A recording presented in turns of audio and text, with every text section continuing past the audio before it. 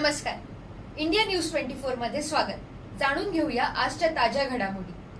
विदर्भातील कडक उन्हाची पार्श्वभूमी लक्षात घेता नागपूर खंडपीठाने एक अत्यंत महत्त्वाचा आणि दिलासादायक निर्णय देत विदर्भातील शाळा आता 30 जूनपासून सुरू करण्याचे निर्देश दिले आहेत. शिक्षण संचालकांनी 22 जूनपासून शाळा सुरू करण्याचे काढलेले दोन्ही पत्र उच्च न्यायालयाने रद्द केले असून त्यांच्या या आदेशावर तीव्र ताशेरे ओढले आहेत.